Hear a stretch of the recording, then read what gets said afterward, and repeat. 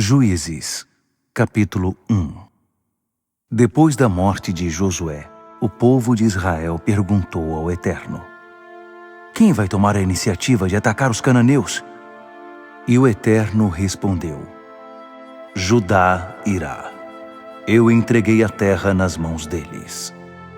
Os homens de Judá disseram aos homens de Simeão, seu irmão: venham conosco ao nosso território para nos ajudar a atacar os cananeus.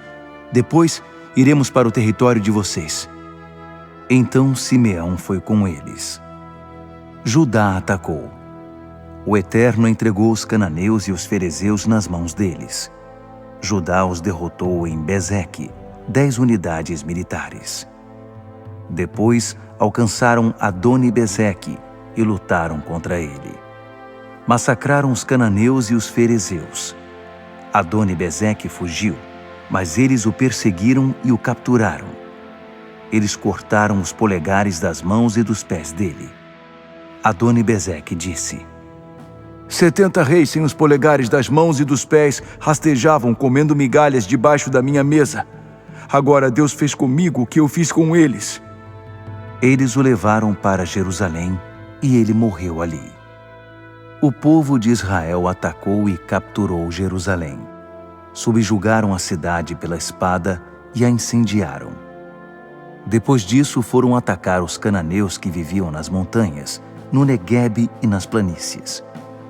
Em seguida avançaram contra os cananeus que viviam em Hebrom.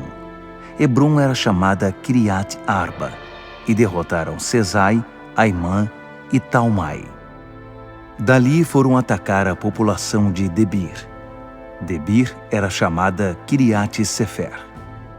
Calebe tinha prometido: darei minha filha Axa em casamento a quem atacar e conquistar Kiriat Sefer. Otoniel, filho de Kenaz, irmão de Calebe, a conquistou. Então Calebe deu-lhe em casamento sua filha Axa. Quando ela chegou, fez que ele pedisse um campo a seu pai. Quando ela desceu do jumento, Calebe perguntou: o que você deseja? Ela respondeu: dê-me um presente de casamento. Você já me deu terras desertas. Dê-me agora fontes de água. Então lhe deu as fontes superiores e as fontes inferiores. Os descendentes de Robabe, o queneu, sogro de Moisés, saíram com os moradores de Judá da cidade das palmeiras para o deserto de Judá, na descida de Arade. Eles passaram a viver ali com os amalequitas. O povo de Judá saiu com seus parentes simeonitas. Eles atacaram os cananeus que viviam em Zefate. Eles executaram a santa condenação e mudaram o nome de Zefate para Cidade Maldita. Judá não conseguiu conquistar Gaza, Ascalon e Ecrom com os seus territórios. Mas o Eterno estava com Judá, pois eles conquistaram a região montanhosa. Mas não conseguiram expulsar os povos das planícies, porque eles tinham carros de ferro. Eles deram Hebrom a Calebe, como Moisés havia instruído. Calebe expulsou os 3 filhos de Enaque. O povo de Benjamim não conseguiu expulsar os jebuseus que viviam em Jerusalém. Os benjamitas e os jebuseus vivem até hoje lado a lado em Jerusalém. A tribo de José atacou Betel, e o Eterno estava com eles. José enviou espiões para examinar o lugar. Betel era chamada Luz.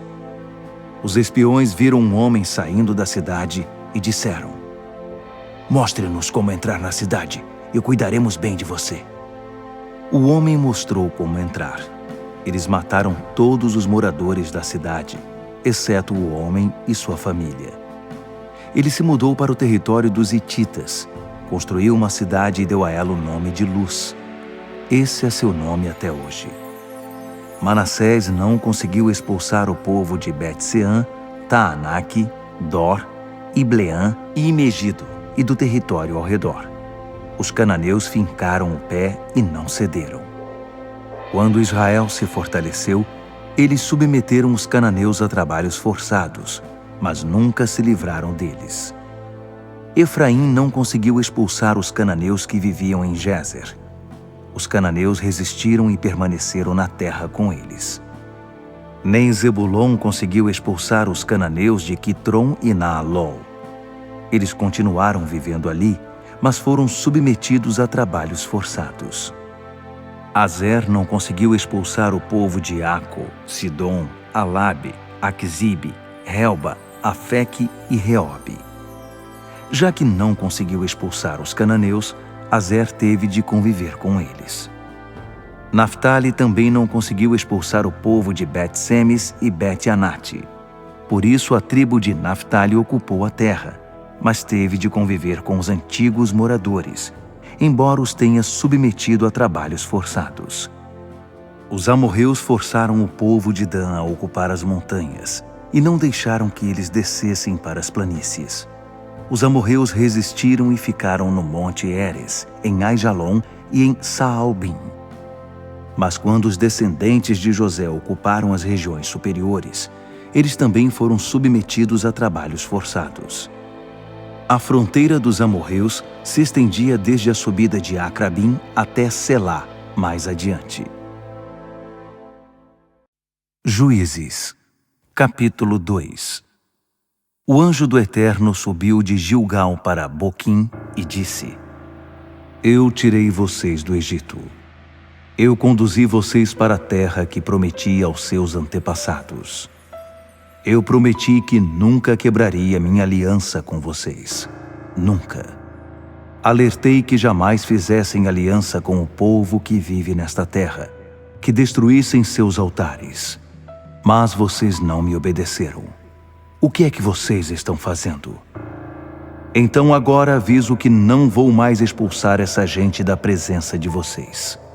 Eles serão um tropeço, e seus deuses uma armadilha para vocês. Quando o anjo do Eterno falou todas essas palavras a todo o povo de Israel, eles choraram.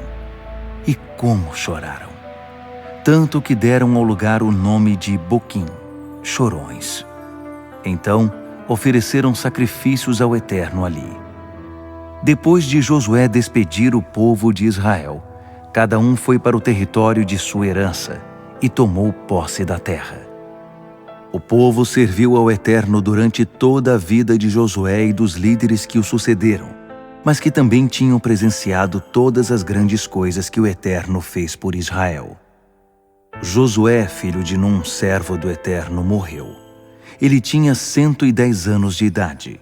Foi sepultado na terra de sua herança, em Timnat-Heres, nas montanhas de Efraim, no norte do monte Gaás. Tempos depois, toda aquela geração morreu e foi sepultada. E surgiu outra geração que não conhecia o Eterno, nem as grandes coisas que ele tinha feito por Israel. Então o povo de Israel agiu mal diante do Eterno. Eles começaram a servir aos deuses de Baal. Abandonaram o Eterno, o Deus de seus pais que os tirou do Egito, e seguiram os deuses dos povos ao redor. Começaram até a adorá-los. Provocaram a ira do Eterno, adorando o deus Baal e a deusa Astarote. O Eterno ficou furioso com Israel e os entregou aos saqueadores que os assaltaram. Ele os entregou aos inimigos ao redor. Israel não pôde fazer nada contra os inimigos. Sempre que saíam para uma batalha, o Eterno os acompanhava, mas para lutar contra eles, como ele mesmo tinha advertido e conforme tinha jurado. Eles ficaram muito aflitos. Então o Eterno passou a designar juízes, que os livraram dos saqueadores. Mas eles não deram ouvidos aos juízes, continuaram a se prostituir com outros deuses. Eles os adoraram. Não demoraram a deixar o caminho dos seus antepassados, o caminho da obediência aos mandamentos do Eterno. Eles se negaram a seguir esse caminho. Quando o Eterno levantava um juiz para defendê-los, ele apoiava o juiz e livrava o povo da opressão dos inimigos durante toda a vida daquele juiz, pois o Eterno sentia compaixão sempre que pediam socorro por causa daqueles que os afligiam e os atacavam. Mas quando morria o juiz, o povo retornava à velha maneira de viver, e eles se tornavam piores que seus antepassados. Seguiam outros deuses, servindo-os e adorando-os. Eram teimosos como mulas. Não deixavam as suas práticas perversas. Por isso a ira do Eterno se acendeu contra Israel.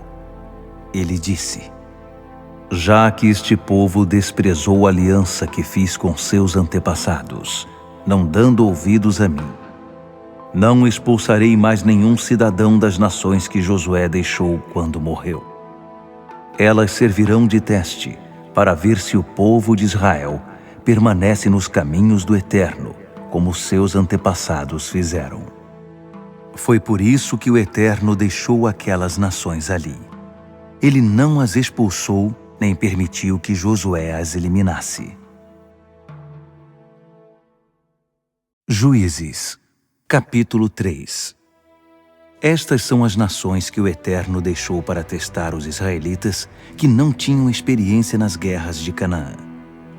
Ele permitiu que ficassem na terra a fim de treinar os descendentes de Israel, os que não tinham experiência de guerra na arte de lutar.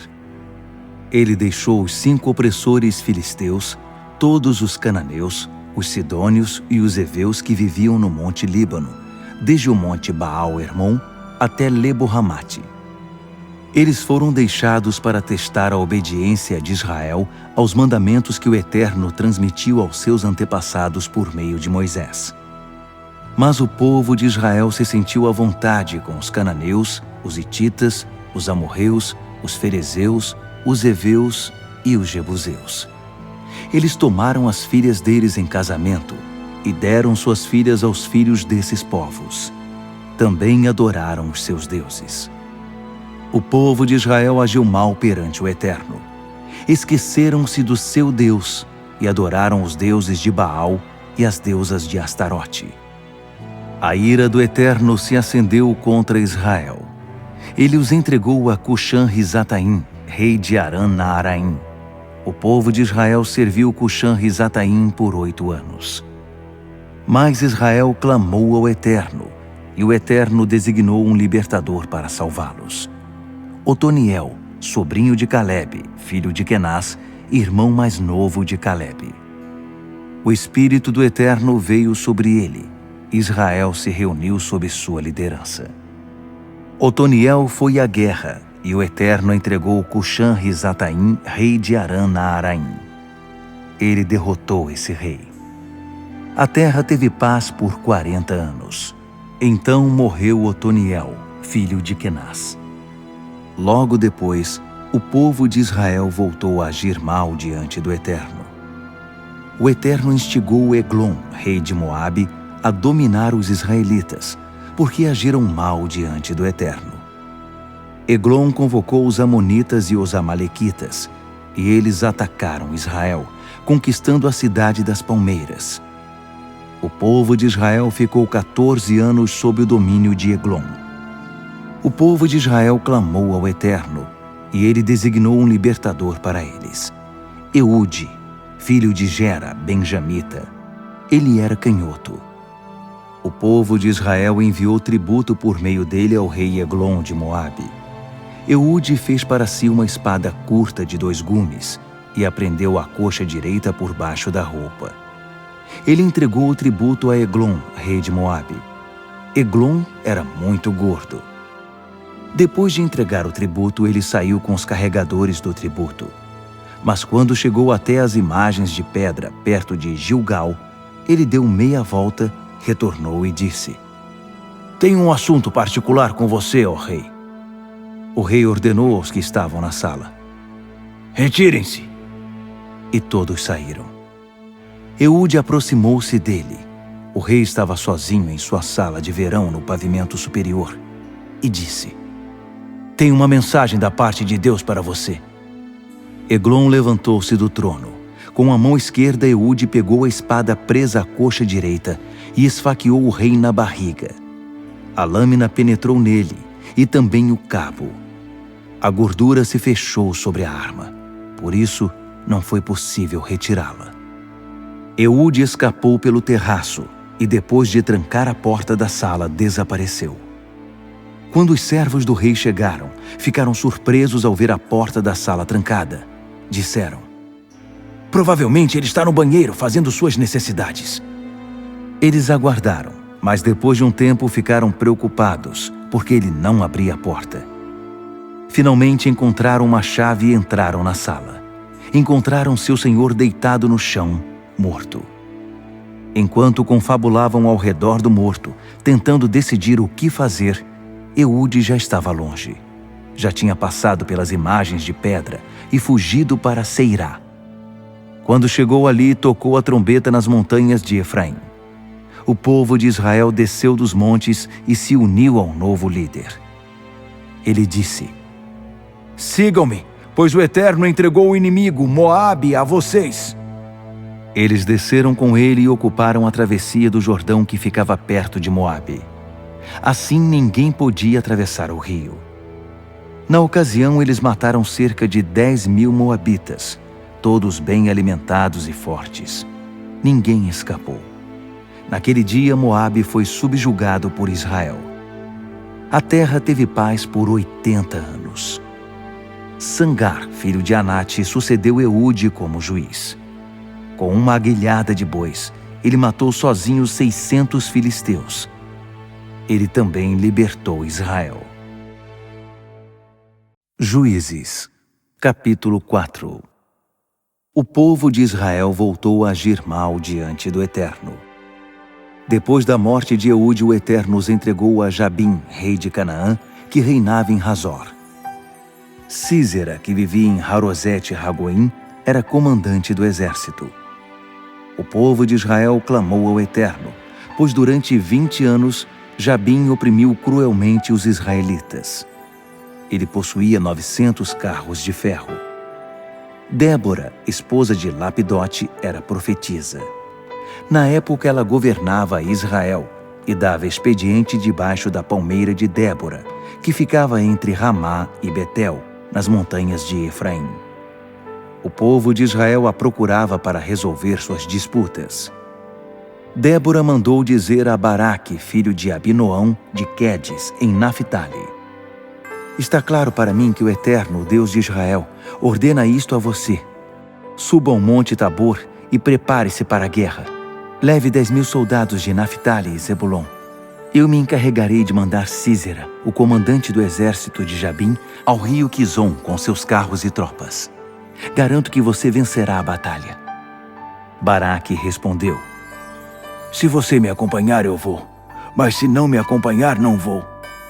Ela disse: "Claro que vou acompanhá-lo, mas entenda que com essa atitude, a honra não será sua.